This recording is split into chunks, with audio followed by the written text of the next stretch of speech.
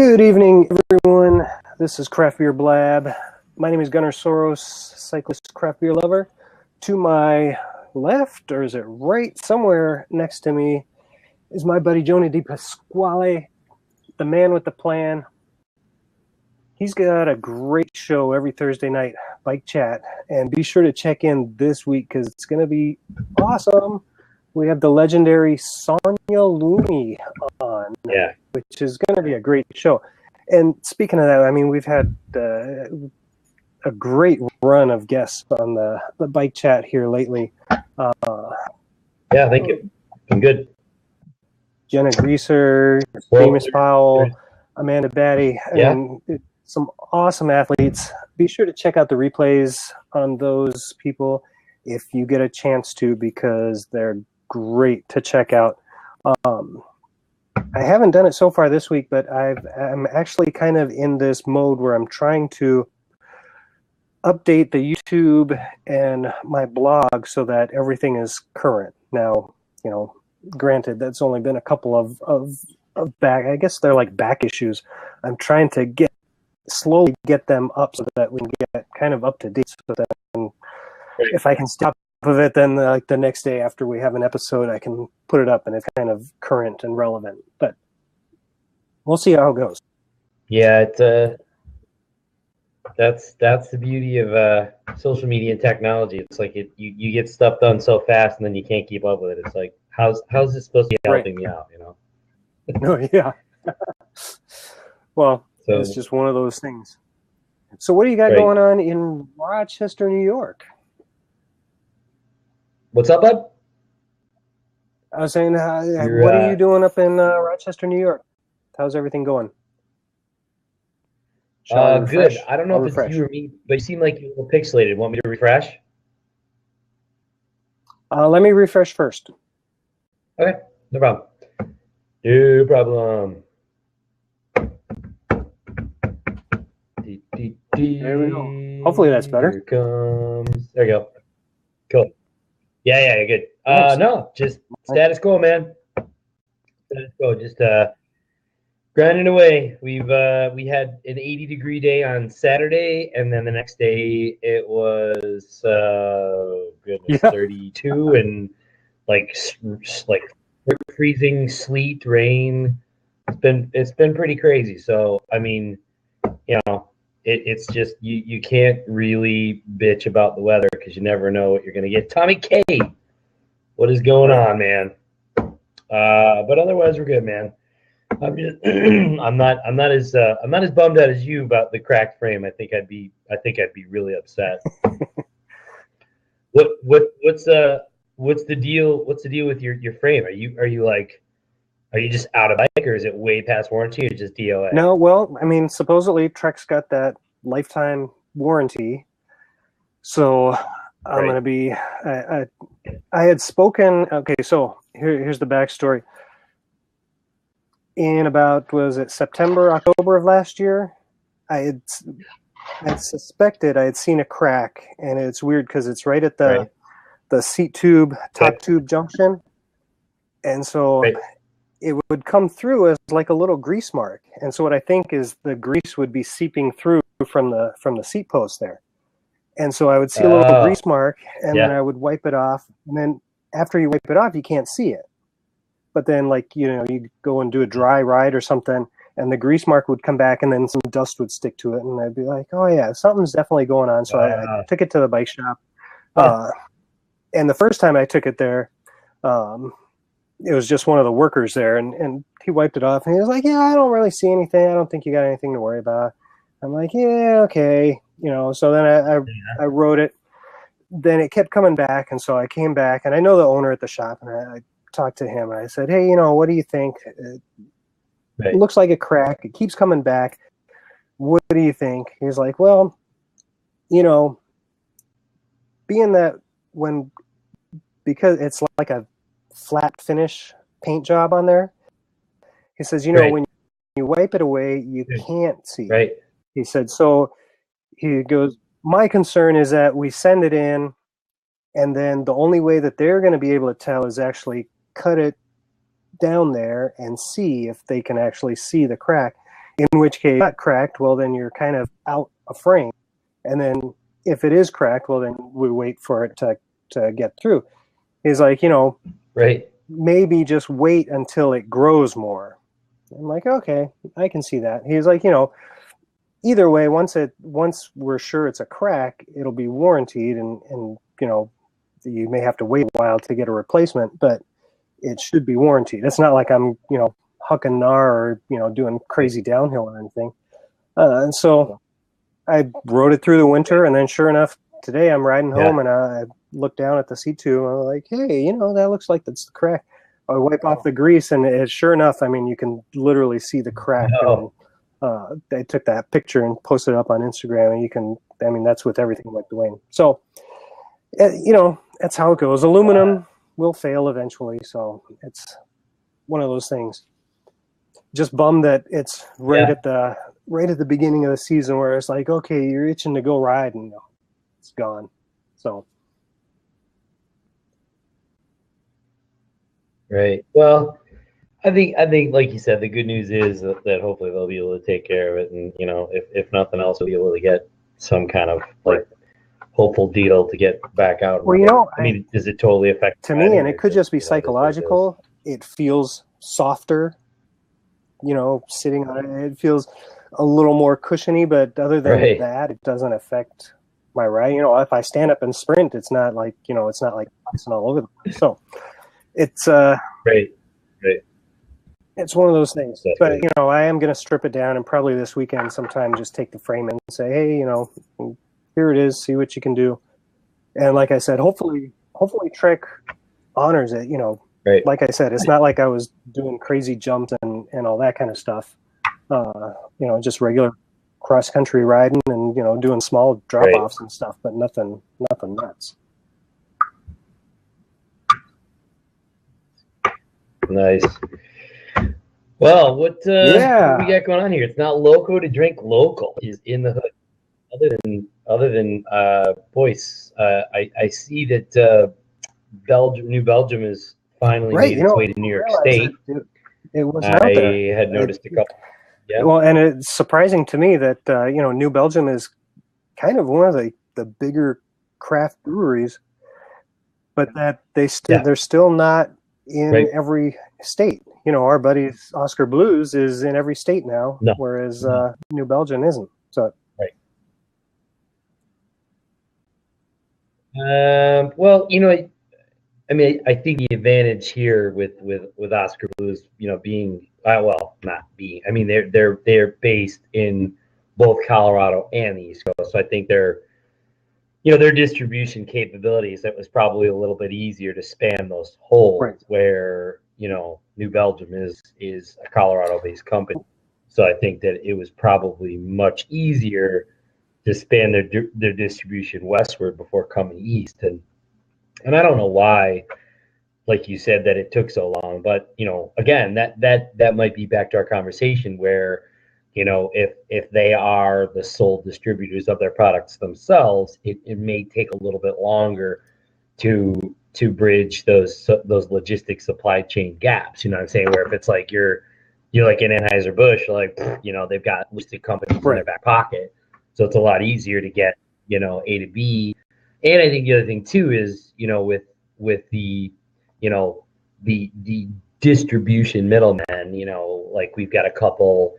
We talked about this earlier. I've got a local beer distributor here in town, which they primarily carry and distribute a certain umbrella of a family of beers, etc.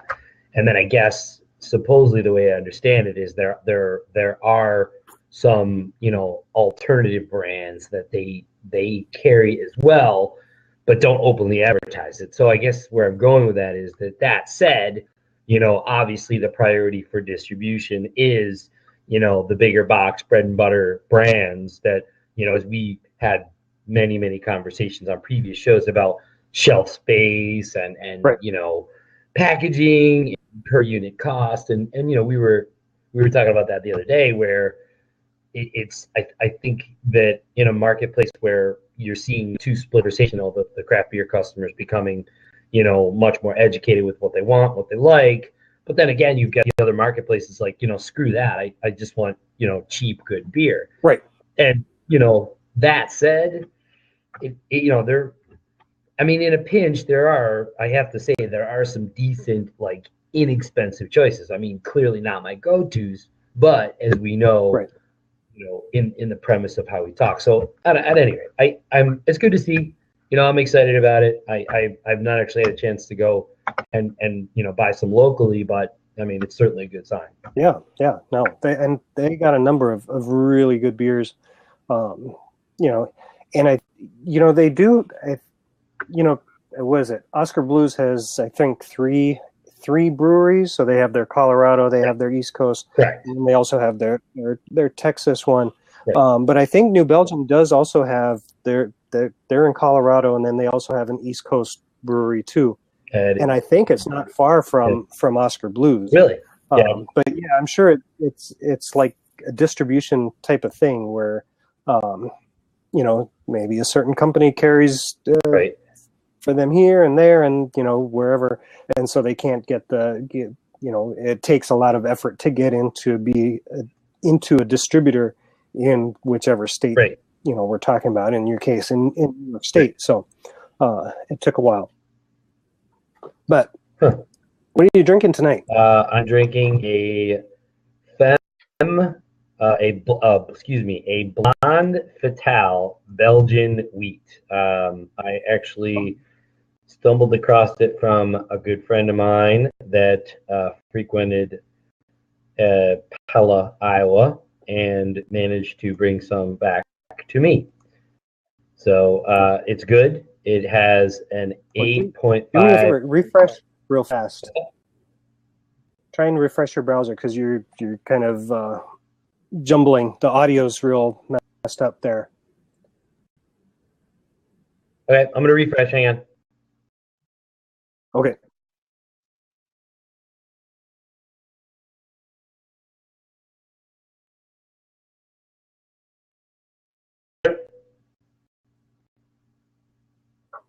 Better? All right. Good. So, yeah, that's better. Nice good stuff. And 8.5 ABV, which is good. So I'm probably not going to want to drink too many of these, but I don't know. That's it. I didn't. I actually was going to get some look, but then that came across my desk. I was like, So, how about you? Great. Well, perfect. No, well, I got from a local brewery here. It's called Grand Rounds. They have a brew pub. And this is actually, it looks like a huge can, right? This is something that Oscar Blues came up with. Yeah. And it's called the Crowler. And so what it does is it allows local brew pubs to be able to put, and I want to say it's like half, maybe not half a gallon, but it's definitely more than a pint of beer. And they can it on premises right there. I mean, they pour it from the tap into the thing and they seal it up. So this was awesome. This was packaged yesterday. It's what do they call it? They call it a not effing around rye PA. So it's a rye IPA. Interesting. It's a 10%, 70 IBUs. It'll be my first time drinking it, so I'll try to give a little mini review here. Nice. And crack it open. Now, how long's that brewery been around? They've been around for, I think, about a year and a half, maybe almost 2 years. Right on. Wow, looks good. Nice. So there it is. Got a nice little head. It's a little hazy. It's definitely got the darker IPA coloring there. More of an orange, almost a burnt copper, I guess you could say. Nice. It smells good. Holy cow. It's good, man. That's awesome. Smells really good. Excellent. Looks like it's got a pretty good body to it. Mm-hmm. Nice. When it tastes good, it doesn't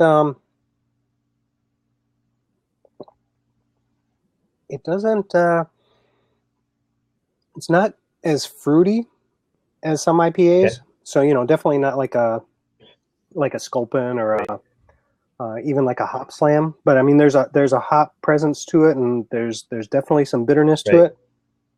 And I think the rye that they use, I think, gives it a little bit of a spiciness. Nice.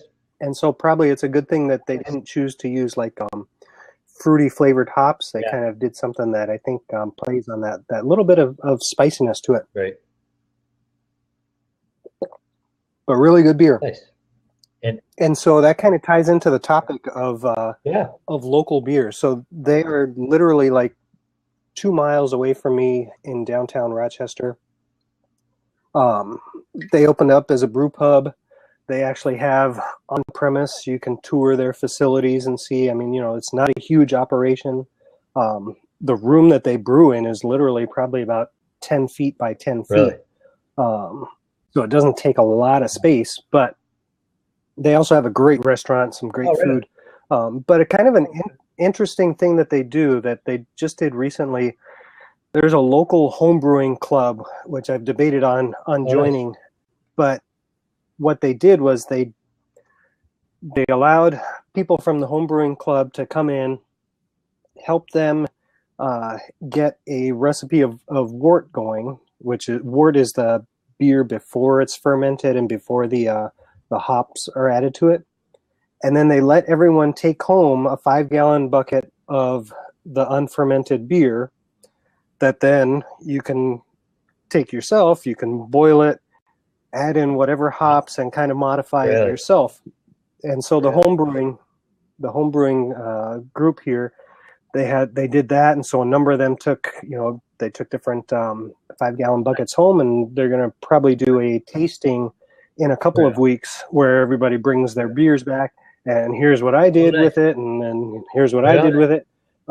So really cool idea. I mean, to kind of get the same base and then build upon that what you want. Almost like a beer camp, I guess, right? Yeah, almost like a beer camp, and kind of a, hey, see what you can do with this base, and take it from there. We'll get the beginning part of it done, and then you do what you want. There you go. You need to get on it. How's your homebrew projects going? You got anything in the works? Haven't had anything in the works for a while. Just again, it sounds like a broken record, but it's like, oh, I'm busy doing other stuff. So I was like, you gotta get the priorities there. So it's like, okay, well, right now maybe that'll go on the back burner. Luckily, if you get the equipment, it's just like ingredients. Okay, I buy some of this and throw it together and see what happens. So it's something that can go back there. Nice. Well, I know that. So the topic. Sorry. Go ahead. No, go. You were saying? No, I'd said we kind of sort of loosely threaded in a topic from last week's show. Dan Kay was on for a bit, as well as Theme Park, and we were chit chatting about the Budweiser America beer thing, which I thought was pretty funny. Oh yeah. And I know we're talking local, but this was actually a fairly interesting conversation. Right. But I think just speaking of local, it's just I can't speak for us from Minnesota, but I feel like our marketplace has a pretty strong hold on Budweiser per se, and I mean it's weird because I have other non-craft beer consuming friends that Budweiser is their go-to beer, right? And it's like you don't want to necessarily tell them like, hey man, that's not really beer. But I guess if that's what you've grown up with drinking, then it is what it is. So back to the whole can conversation, I think Dan said it, America. I think the two big takeaways, by the way, and I don't know if you know this, maybe you didn't, that Brazilian company actually owns them, right? Which I thought was crazy. Well, I think it's like a combination Brazilian, and I know they had South African ties at one time. I don't know if they still do, but Brazilian, Belgian company. It's right. it's strange. And then they can, you know, Yeah. So let's call ourselves America. It's great. Yeah, I don't know, but That's then funny.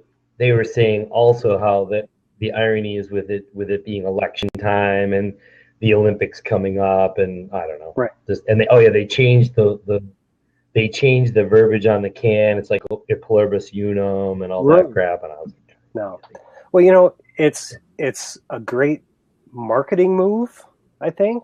You know, I mean, right, for all the people that are thinking it's going to be more patriotic to drink America beer, it's going to really resonate, right. And it's going to, you know, it's definitely going to solidify their brand with their core market, their core target. So, right. In that respect, it's you know, it's awesome. It is kind of the American dream, even though it is that Brazilian Belgian company that owns them.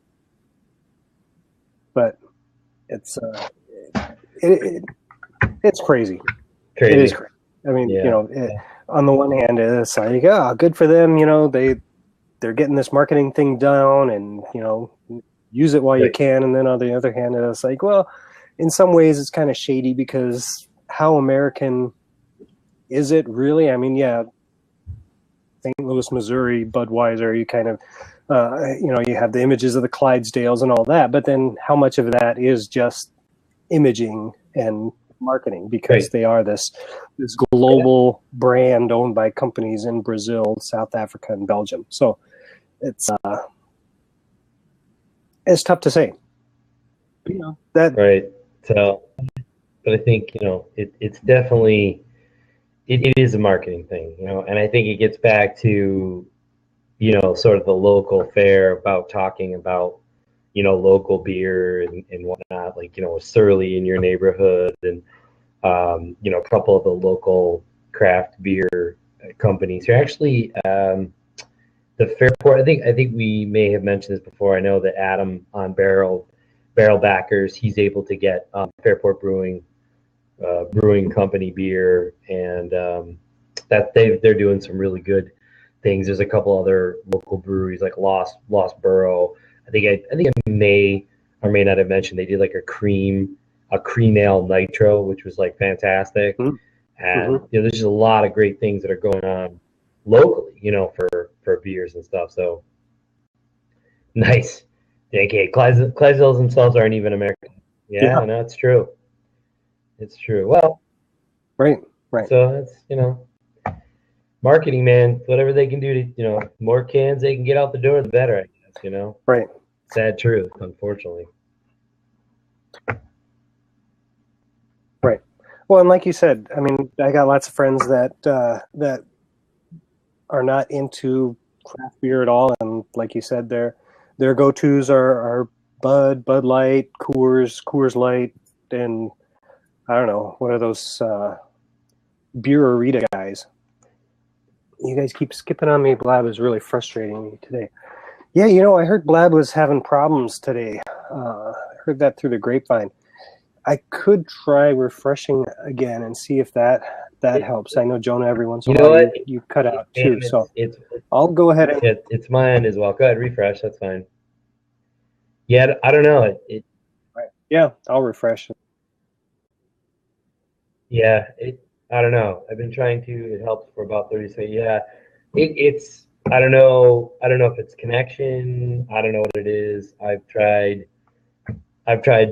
You know, I've tried my. I mean, my network connection is. It is what it is. I mean, I really haven't had any issues. I think they're having issues today for whatever reason. Yeah. No, I agree. I mean, you know, they generally have some issues going on a lot of times anyway. But I think today more so than others. I think I saw a thread somewhere, maybe it was on Twitter or Facebook, that somebody was saying, you know, that lab is pretty much out today.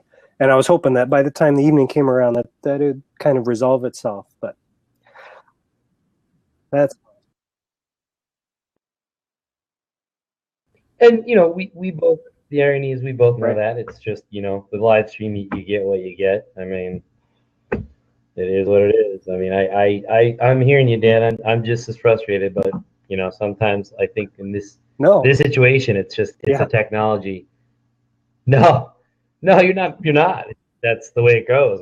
We'd rather have you, speak up because at first I thought it was me, and then Gunner's skipping on my end, and I'm skipping on his end, and I see, you can tell, usually up in the corner when you see the audience bouncing in and out, you figure it's something's going on. yeah. So I know you just got to kind of Well, and keep so rolling the speaking of show. show, the So what are you topic gonna do? So is it's not local to drink local, which is obviously a play on drinking local beer. And like I said, so this brewery is literally like 2 miles from Good Beer Will Never Bring Us Down. Yeah.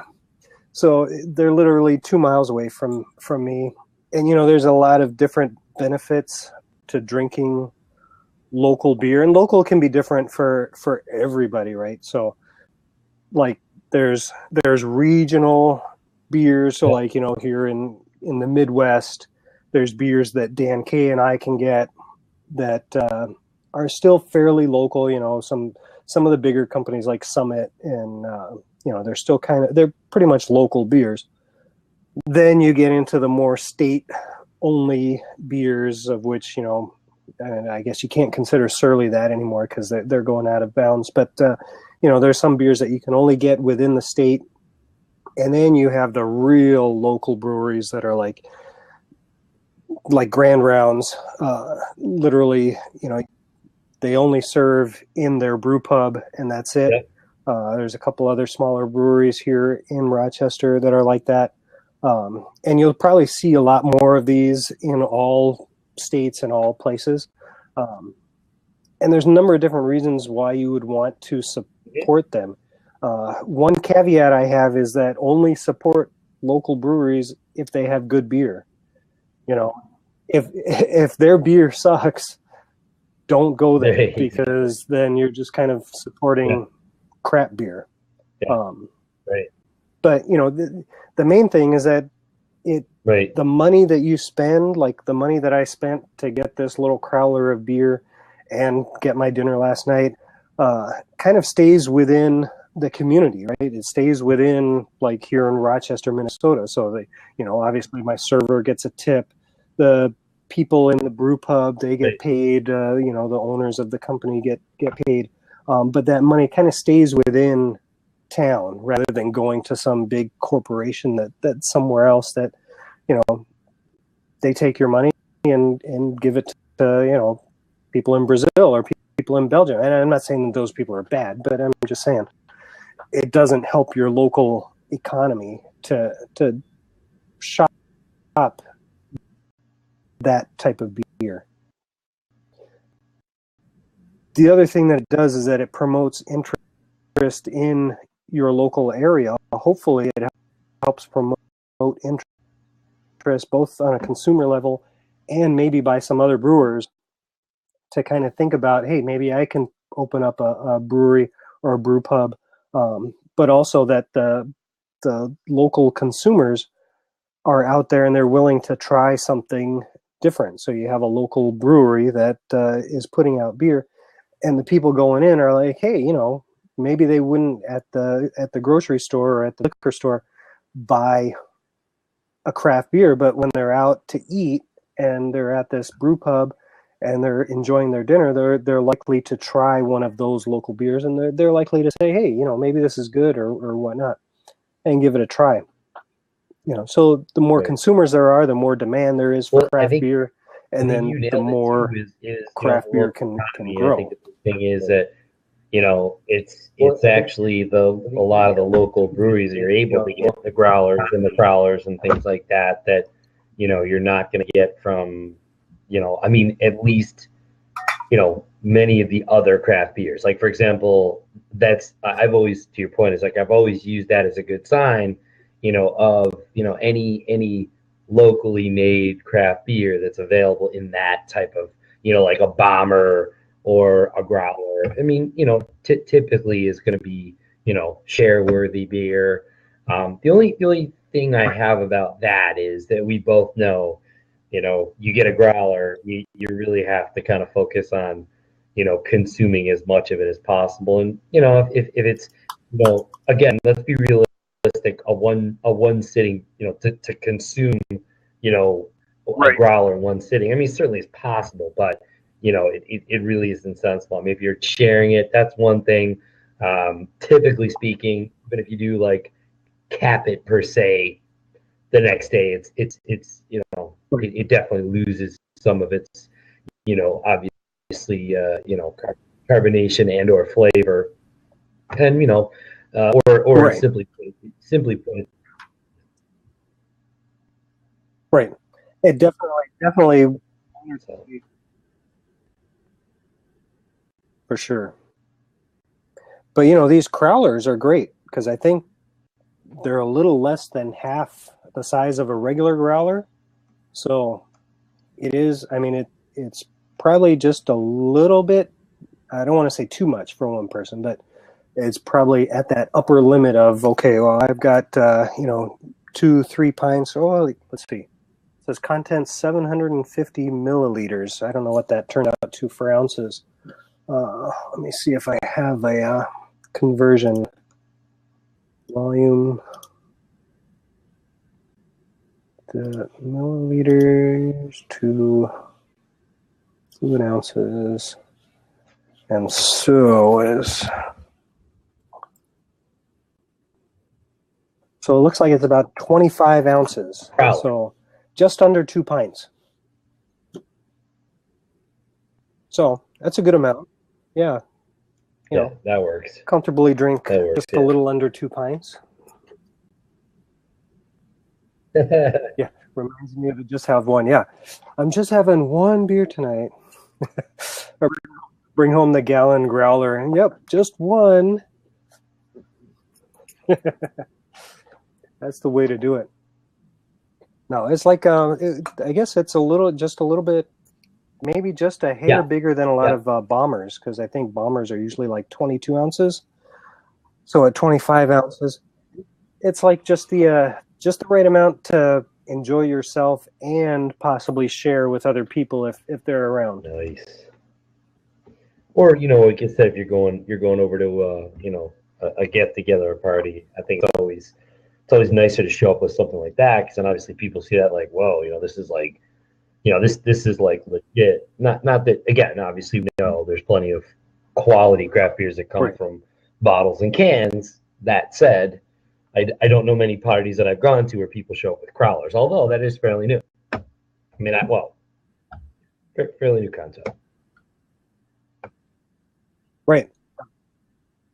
I think, and it's a nice in between just buying a pint and drinking it there, and having to buy a full growler for, I don't know, what are they, usually like $12. It's like, okay, well, you don't want to necessarily buy a whole growler of something if you haven't had it before.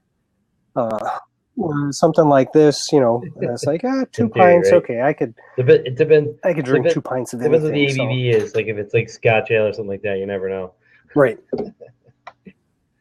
But then again, no, that's true, and I feel that's another good point though too. Is if you are going to try to partake in a new style of beer, that's certainly probably a wiser investment, because like you said, if 1 or 2 pints, you'll be able to at least give it the benefit of the doubt. Tommy K coming in hot. What's up? Did you guys see any of my tweets this week? He's hiding. Did you guys see any of my tweets this weekend about being at the different Blab breweries? I thought I copied both you guys. I did, yeah. So in that area, in Traverse City where I was at, there was I think in that area in Traverse City where I was at, I guess there's more microbrews per capita than anywhere else in the United States, in the city.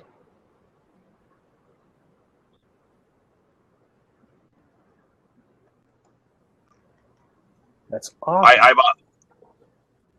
How do they get that many microbrews in that little area? I have no idea. I visited 8.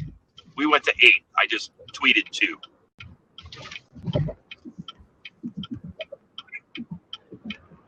Right. No, yeah, yeah. I did see those couple of tweets where I think you showed the menu board of one place, and then I think you showed Yes, yeah. a beer And I that you were kind of having at explained what I another. was drinking and tasting. Pretty Good awesome. stuff, though. Good place. Great stuff. Right. I've only heard about both breweries, but never had ever been there or tasted their beer.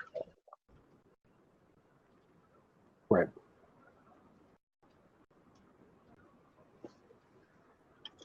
So Awesome. what do you have on tap tonight?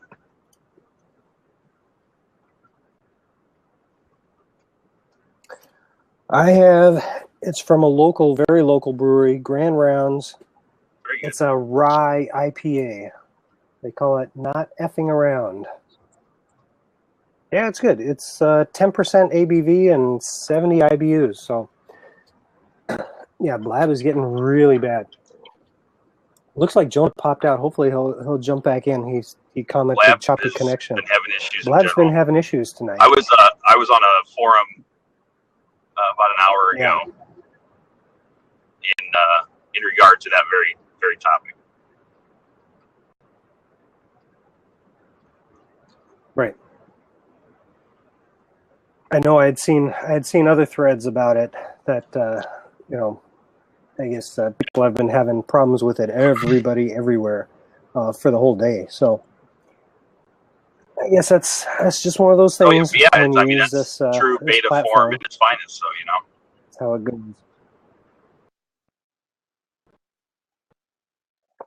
Right. Some beta forever should be their slogan. Yeah. It's so funny. And then, somebody goes in and changes one line of code and it just screws everything else up everywhere else. That's right. So. Somebody did. Yeah, we were talking about that too.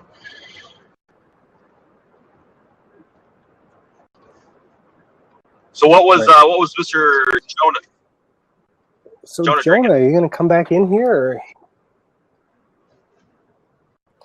He was having I can't think of it right now. It was was it a Belgian wheat ale? Okay. And it was, I think, what was it called? It was, I can't think of the name right now. Right, he did. I caught the name. It was, I want to say it was like a Petite something. I can't think of the brewery. I'm not sure. But he said it's really good. He got it, somebody gifted it to him the other day. Blonde Fatale, that's what it was. Belgian white. Belgian. Hey, I'm gonna jump out and restart because I can't hear anything. It's breaking up pretty bad. And that was gifted to you, right, Jonah?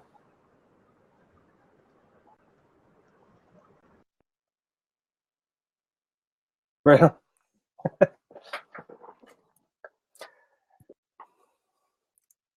Wow. So it seems like the connection is super bad. Blonde Fatale, Belgian white ale. Yeah. Hey, so while we're talking about local beers, and we'll see if anyone else can jump in here. There's a couple other reasons why to support super local beers. Is one, or actually I should say number 3, because I already did 2. So third reason to really support a local, and I'm talking local breweries, is that your beer is super fresh. So like this beer that I got was literally canned yesterday, so 5/16 is when they put it in, and so it was on tap yesterday. It was, it's as fresh as you can get, and with that there's less transportation. So I don't know if you're worried about environmental stuff and transportation and carbon, greenhouse gases and all that kind of stuff. Well, they're not transporting the beer from the brewery somewhere else hundreds of miles to get it to you. It's literally right there. So you're getting it right at the source. And then the last reason, I think, one of my things is you kind of have a better idea of what is actually going into your beer. And you can actually talk to either your server or sometimes even the brewer about what is being put in there. You grab a can of I don't know, whatever beer it is, Coors Light, let's say, and you don't really know what's in there. I mean, you know that it's beer, but they use a lot of other ingredients in there. You don't know, where they got their grains from. You don't know where they got their hops from. Dan Kay says, I'll say this, after the tour here in Milwaukee, you get us to sample seasonal MGD Miller Lite.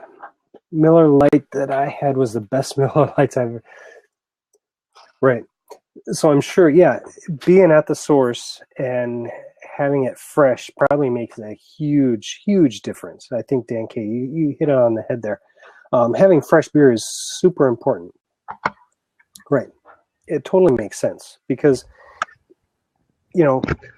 beer does kind of age and it doesn't always get better, especially the lighter lager beers. What's going on? Holy cow. Oh, man. Whoa. Sorry, bolted lightning straight in the backyard. Holy cow.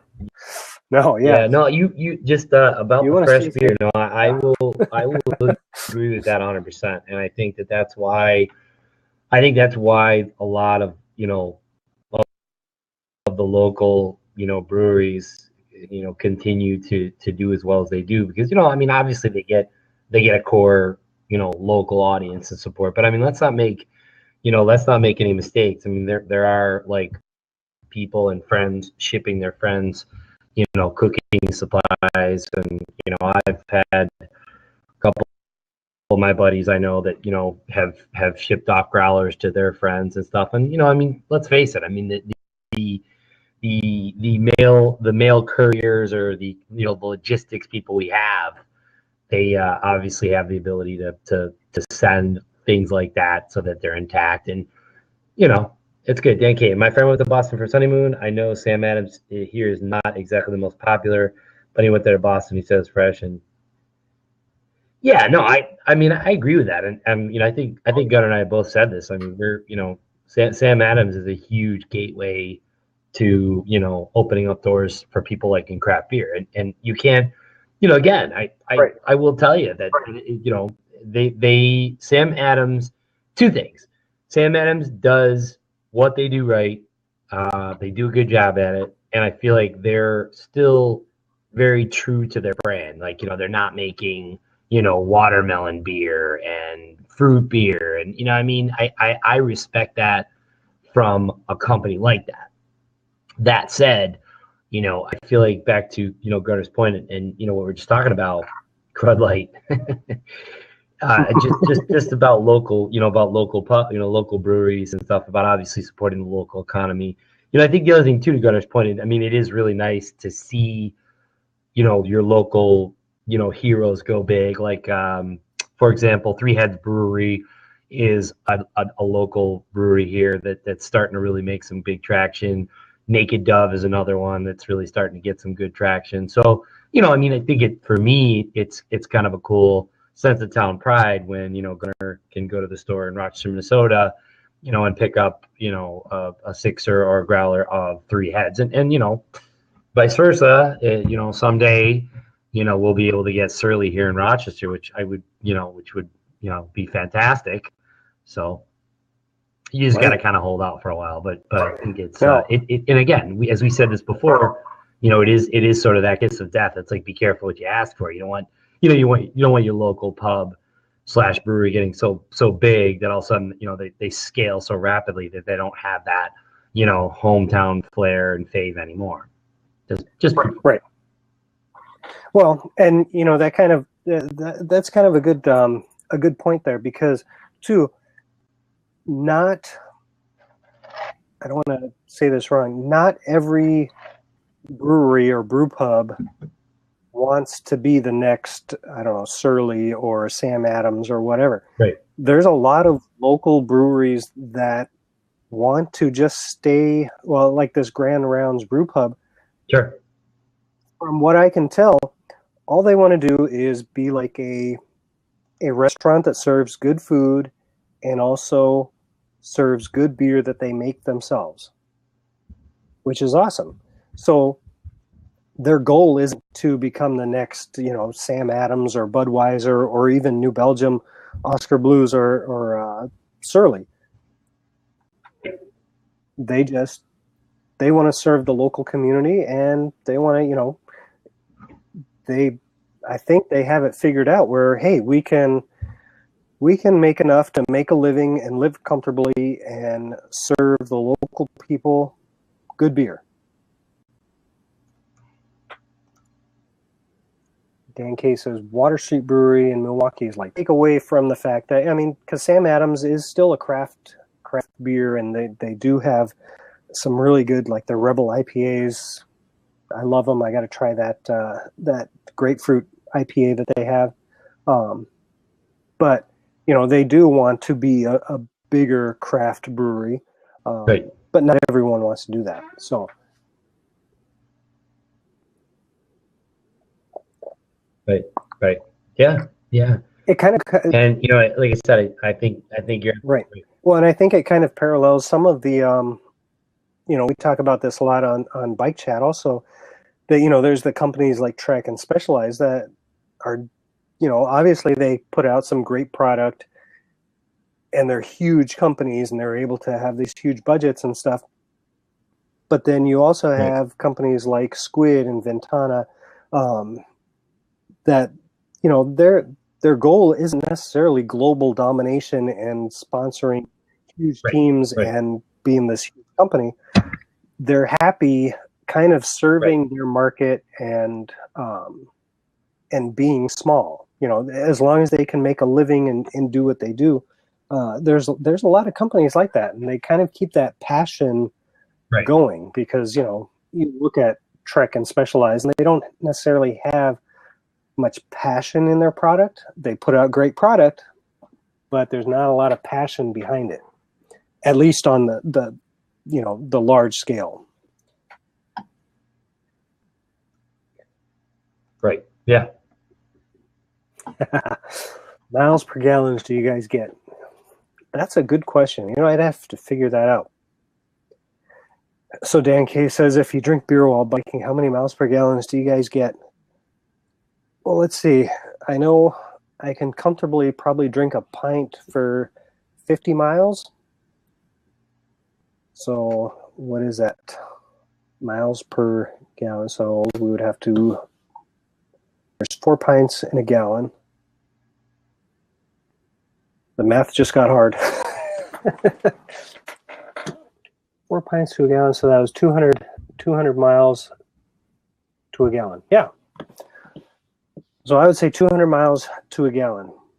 That's my guess. And that would be for me personally. I don't think I would want more than that. Yeah, that is awesome range, isn't it? That's cool. That's more than a Prius, right? I don't know. What does a Prius get? Right. That's funny.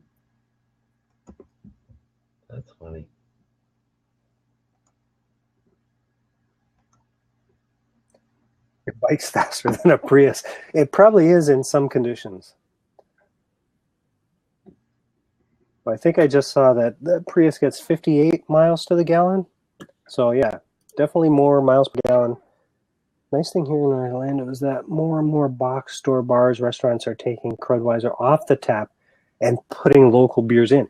That's a great comment, because I've been hearing a lot more of that through all the various like Twitter feeds and all that kind of stuff, is that a lot of bars and a lot of places are pulling a lot of their big beer taps. Maybe not necessarily, Budweiser, but a lot of their Budweiser, their offshoots, pulling those from their taps and putting local beers and craft beers in, which is awesome to see, because that obviously means that more people are looking for beer that has flavor.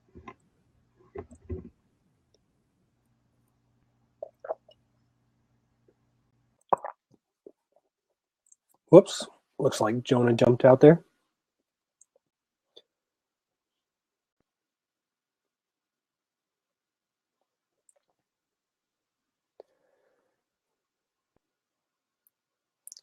sold local AB distributors 75% of the business. Wow. 75%. Holy cow. Holy crap. What happened there? Just because of holy Yeah. shit. SeaWorld. Well, yeah. Taking out lines and putting in craft beer. I wonder how much of that is the breweries undercutting and selling their beer to the restaurants for a little margin just to get their name out there. SeaWorld gave away that much crazy. beer. Well, I know Dan Cave, we talked about this earlier in the show. Rather than give it away, too.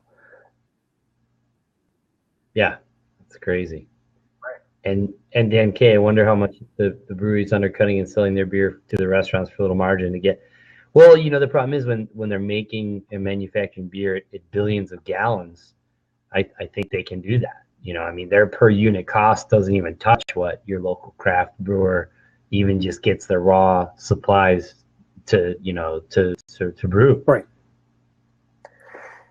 Right. Well, and it's true too that it's not a legal practice, I think, in most states, but there are I think, and we've talked about this in the past, there are kickbacks that a lot of times distributors and bigger breweries will give to bars, sometimes in the thousands of dollars to dedicate lines to their brand. So, and obviously, well, yeah, local guys selling under what they would normally want to just to get their name out.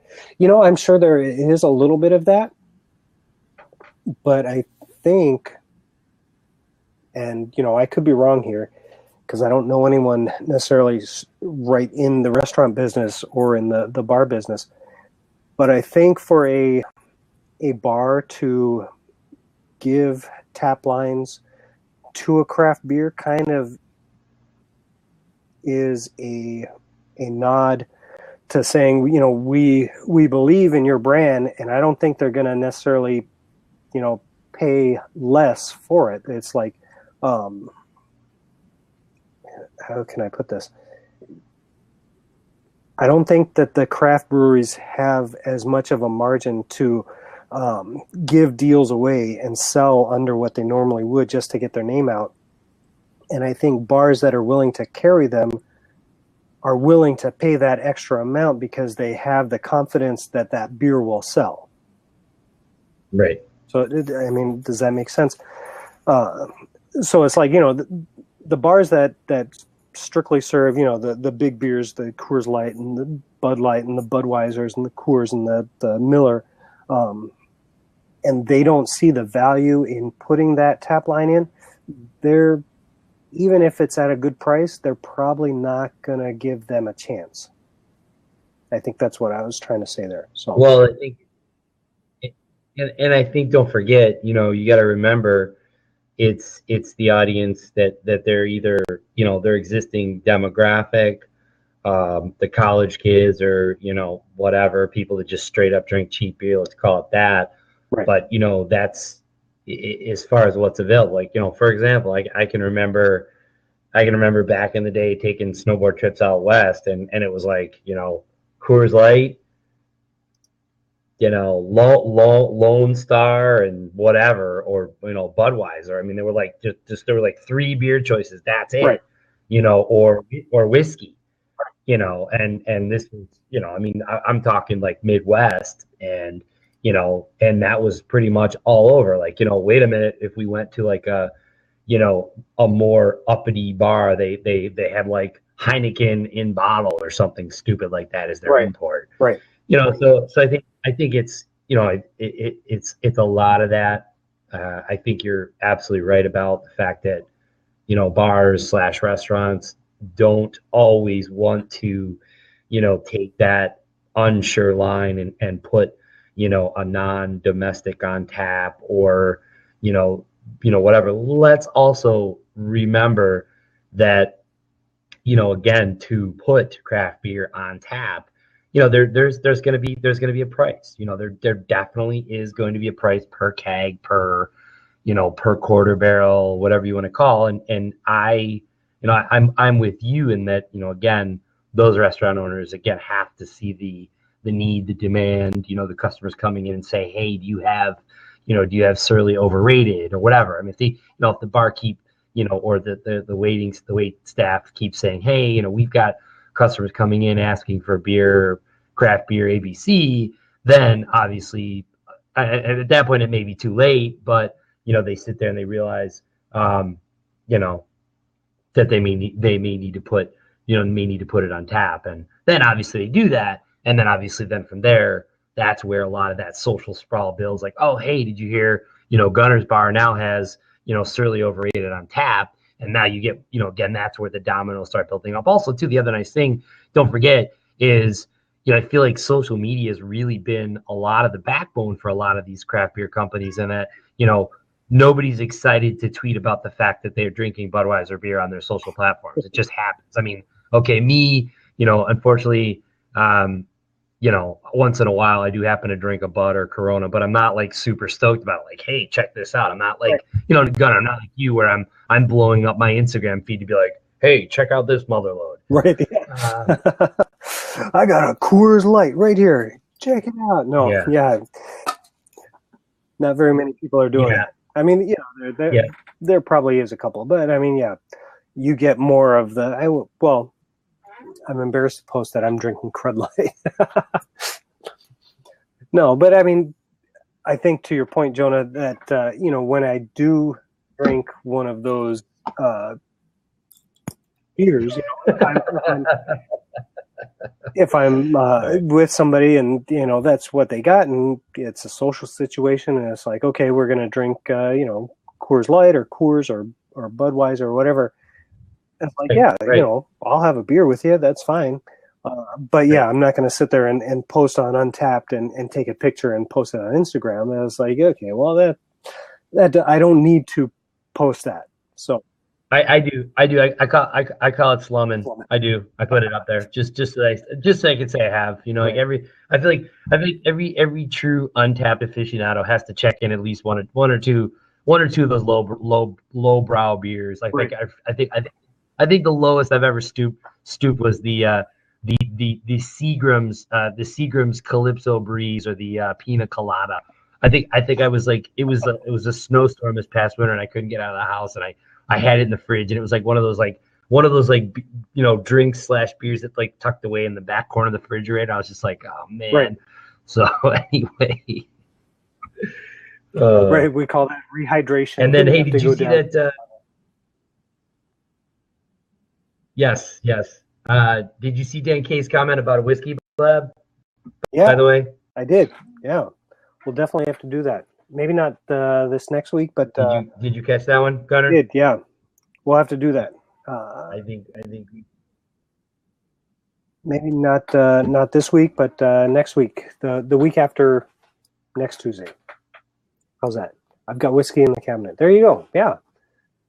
Yeah. Whatever. Well, we'll do a nice. We'll get it. We'll get it in the. I actually. I was telling you the other day, I got a real nice little Applewood smoked whiskey. Actually, I was telling you about it. Yeah. Okay. It's called Iron Smoke. Nice. Applewood smoked whiskey. It's got a kick to it. It's good.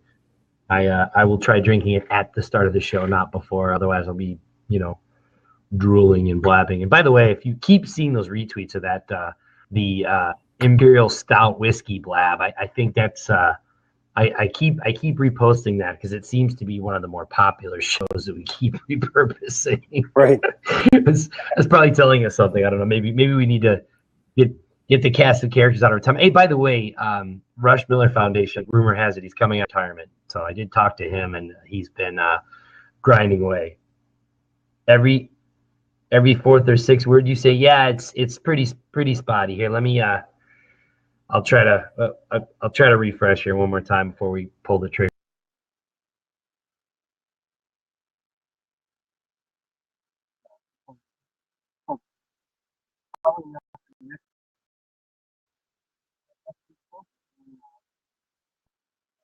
Show, which is when is that? So next week is the 24th. So we'll plan on the 31st, the last day of the month of May. We'll do a whiskey blab. Let me know. Yeah, so I'm thinking May 31st. Whiskey Blab. And so I'll have to find something other than. So lately, I've been for whiskey. I've been drinking the Two Gingers. I think that's the name. Decent Nice. import Cool. Irish Love whiskey. it. But Looking forward to it. I'll Yeah. try And to, those of you that try have to been kind find of hanging something tough else. to this choppy audio, I think this is not a typical show, unfortunately, as we know. Whenever either Gunnar or myself have to jump in and out, and I notice those of you that have been patient enough to stick with us, we do appreciate that. But this is not a typical Tuesday night. Again, Craft Beer Blab every Tuesday. You know where to find us. And hey, as a quick reminder, we also have a Facebook page. So please jump on to Facebook and give the Craft Beer Blab group page. Actually, join the group. It is a private group. Obviously, everybody's welcome to join. You just got to join in. So definitely take advantage of that. And we do have, Gunnar, if I remember correctly, do we have an email list, correct? If you want to find out. Yeah. We do. Yeah. Definitely check that out. Post and the that link would be to great that to have too. you. And It's also the, to the email. Facebook group. The email list is good. We're really just trying to compile emails to help you stay up to date with what's going on, any particular shows or any things we got going on. We're also working on supposedly some craft beer blab and bike chat contraband, like stickers and cool stuff like that. That's coming up down the pipeline. So stay tuned for good stuff like that. Would be kind of cool. I agree. There you go. Right. Yeah. Well, and join us on Thursday because Bike Chat. It's again this Thursday especially is going to be awesome because again, legendary Sonia Looney, excellent cross country mountain biker, mountain bike stage racer, mountain bike endurance rider. I mean, I think she's done a couple of 24s and check that out this Thursday. She's done it all. So beginner Bike Chat week. Wow. We could do that. Yeah, that's certainly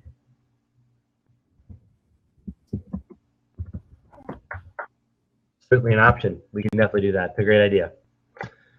Great idea. All right, Gunnar, listen, man, I got to get jumping into something else here. Yeah. We've been. Yeah, he's, I think he got it. I am going to sign off. Thanks so much. Right on. Well, I thank you for co-hosting with me. We've been having technical difficulties all night. Yep. I'm going to go ahead and stop recording. Thank you guys for joining in. Thank you for your patience with the technical difficulties. It's been kind of a weird night, but yeah, thanks for joining in.